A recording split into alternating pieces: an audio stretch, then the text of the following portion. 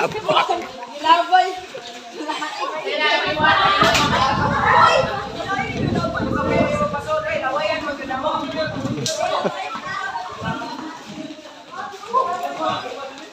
Ikapoy sa kaya? Ako kay ikapoy mo siya. Halo. Okay, sige na. Let's have our discussion. So recognize the value of each team member. Mo gyud ang pinaka-importante na i-value gyud ninyo ang inyong team member. Kaya once dili sila ma-value, dili gyud na sila ma-motivate nga moligod. Once they are kanang valued, kaya ma-motivate na sila to do more and to work efficiently and effectively within the team. Then maximize the skills of your team member. When you say maximizing, you are going to use or utilize the skills and abilities of your team members. Kinahanglan imuhang gamiton or imuhang sa tawagan na ay mag-assign kag task nga based gud siya sa abilities or skills sa imuhang members. Kung ganahan ka dindot nga result sa inyong program or sa inyong activity, make sure na kung sa ability sa usa ka member, mao gud imong ihatag nga task. Kay kung dili na nimo buhaton, it is expected nga yabog yun or dili gyud dindot nga result ang maabot sa or mukhang Wala naman.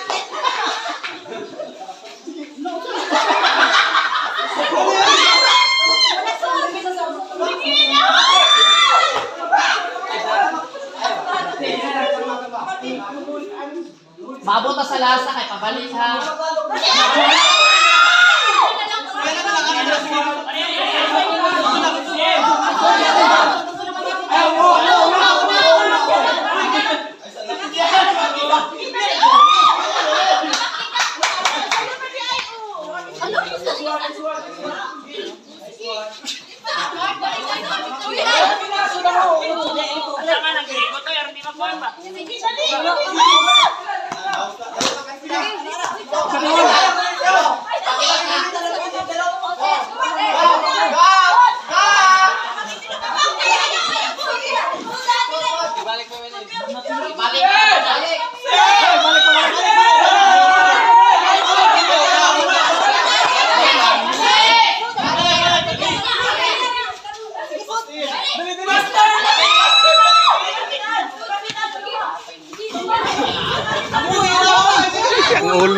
Ulo ang tagay una. Uy, ay kamutan! Uy, kamutan yun! Uy, wala!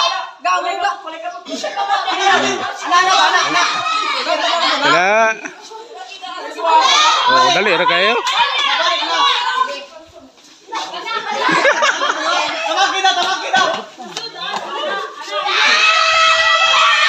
Pas-pas kayo kayo.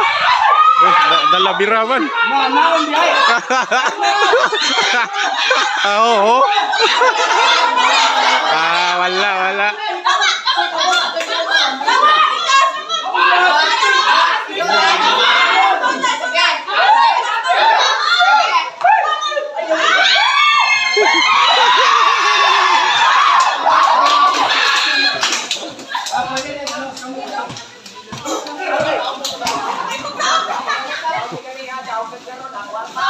Kuarta.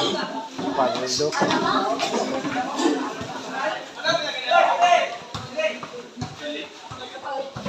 Gaya man. Sina para mo na ka activities ni marami pang kampoy na tanan. Or okay na to eh. So mora to siya everyone. Thank you for coming.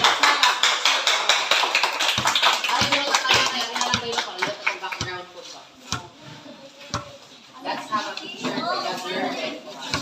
Dapat pwede na sa upload ko.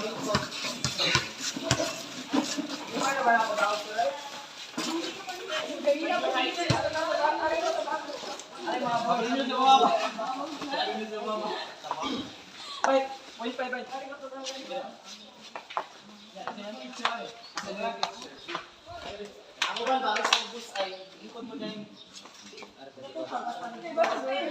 dili ta level, dili kuwang dili. Wala pa. Undok na nila. Undok sa.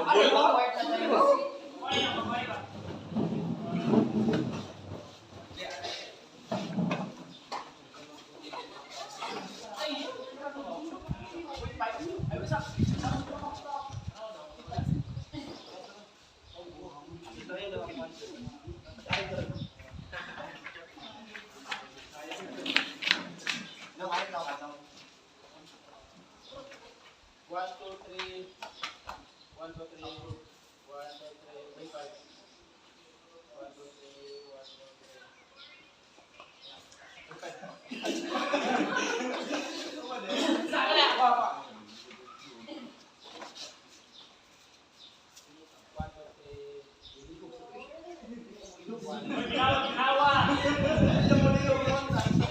everyone, thank you. Address mo sila. Ipod yung i-defend ng imuhang members. Ayaw pabayaan imuhang members. No, i-defend good mo nga dili man na siya mako, di na siya mao nga storya.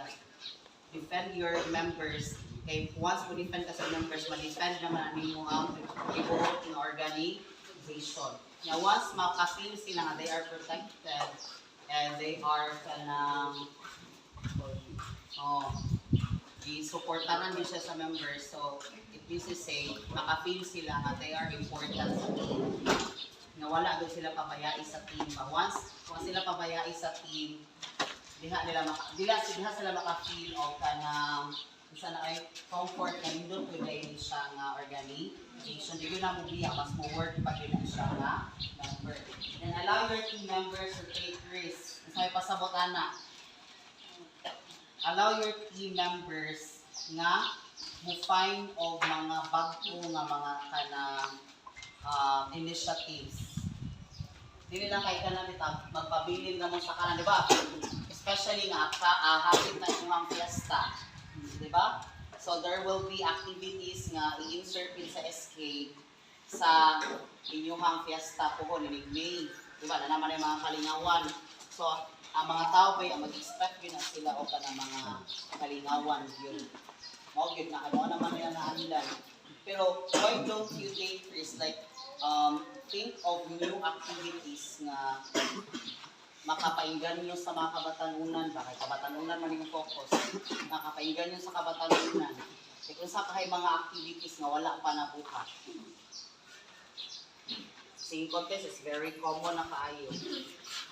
Di ba ka na mangita mo ka ng activity nga dili lang siya, activity nga dili siya common ba? Isa makaha nga mga activities nga dili kayo common na sa fiesta.